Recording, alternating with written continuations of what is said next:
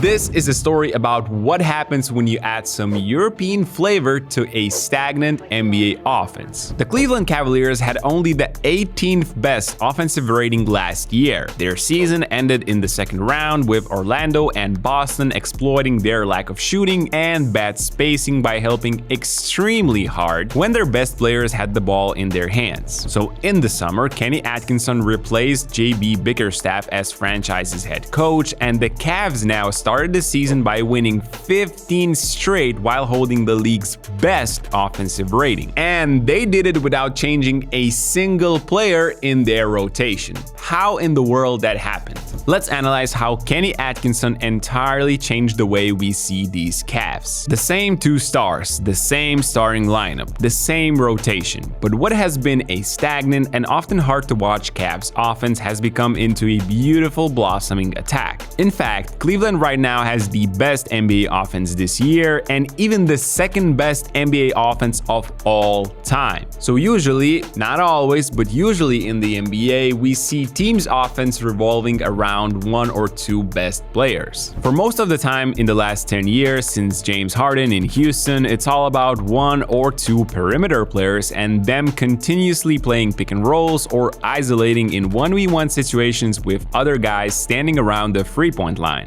There are a few exceptions like Golden State that rely on off-ball screening, or Denver, Houston, and Sacramento that live off of handoffs and the creation from their bigs from the top or high post. Cleveland in the last couple of years was one of those isolation and pick and roll heavy teams. But Kenny Atkinson said enough of that standing in one place crap. Cavaliers now sometimes look like Olympiacos Piraeus, who are famous in Europe because they score so many easy points by cutting at the right time in the right place. And for them, it works over and over again just because seeing the ball and the man all together at the same time is one of the hardest things in defense to do. Former assistant of the Golden State Warriors implemented new weak side habits that made their stagnant offense flourish. For example, a baseline cut is now a new normality for any Cavs player. A huge staple of Cavs' offense is empty corner pick and roll, and when the opposing big is high and there's no weak side help, everything looks super smooth.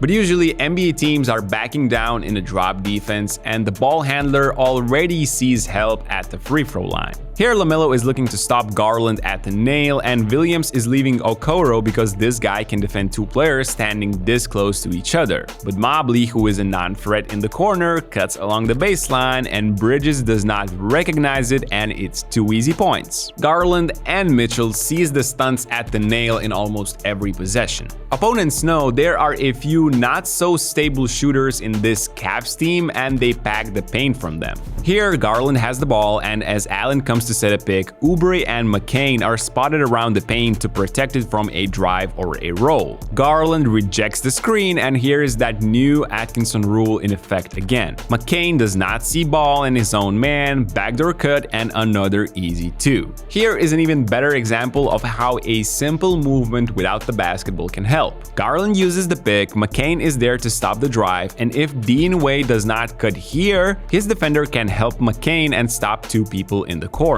But he goes backdoor, Jerome relocates, and it's a distance impossible to cover for the Sixers rookie. The majority of NBA teams defend this way, sending stunts from the upper man in the two-man side. Charlotte, for example, is not an exception. Mitic stunts, but because Okoro cuts, there is space for Porter Jr. to go to the corner and take this free. Here, Garland and Allen play pick towards left, where there are two people. And watch Niang already pointing out the principles of a new coach. Okoro cuts once again, he relocates, his man is not there, and that's the shot every NBA coach loves to see. A wide open spot up corner three. Something I would love you to do is to check out our exclusive gift sets from the BasketNews shop. This year we have unique bundles, and each of those are featuring a BN Plus sweatshirt, t-shirt, basketball themed socks, and a BN Plus subscription. Every set is customizable, making the gift truly personal, and they come already packed, saving you both time and money. So if you have a friend who loves basketball,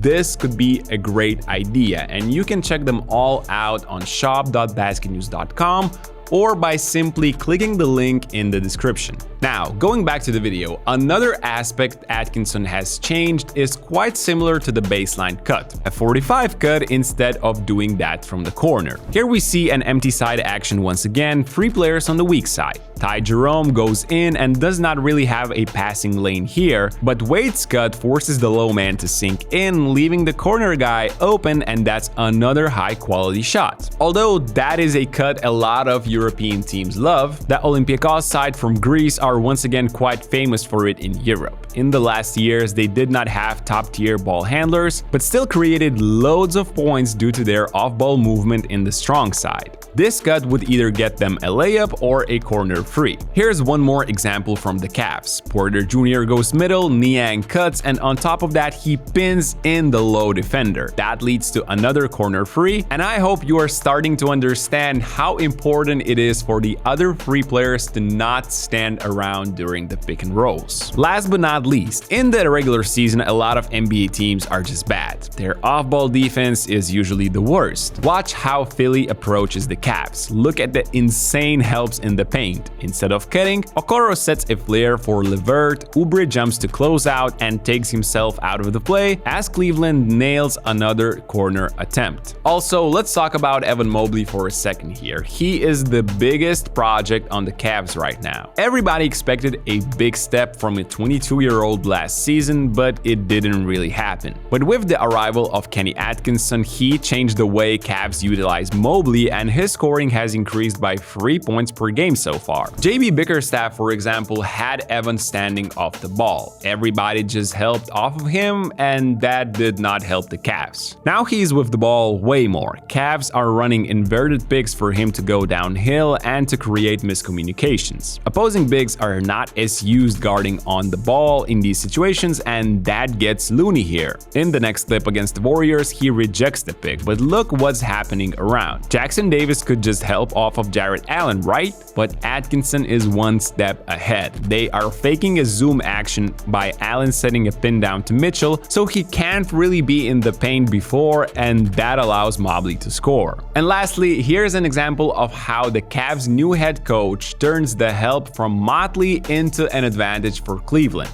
On this topic, forward is on the weak side and Valanciunas helps. Cleveland runs Dan Hurley's from UConn skip action with Mitchell sprinting to take the handoff. Everybody on the Wizards are afraid of him shooting the free, but Mobley fakes it and goes for the slam himself. There you have it, guys. This is how Kenny Atkinson have completely changed the Cavs' offense by implementing some European off-ball principles. You are now seeing just some random cuts here, but look at what trusting his players to move more has done for the Cavs. Even on dead possessions, they find a way, and that is why they have the best offense in the league right now. If you enjoyed this breakdown, don't forget to press like, subscribe to our channel, and I'll see you in the next one.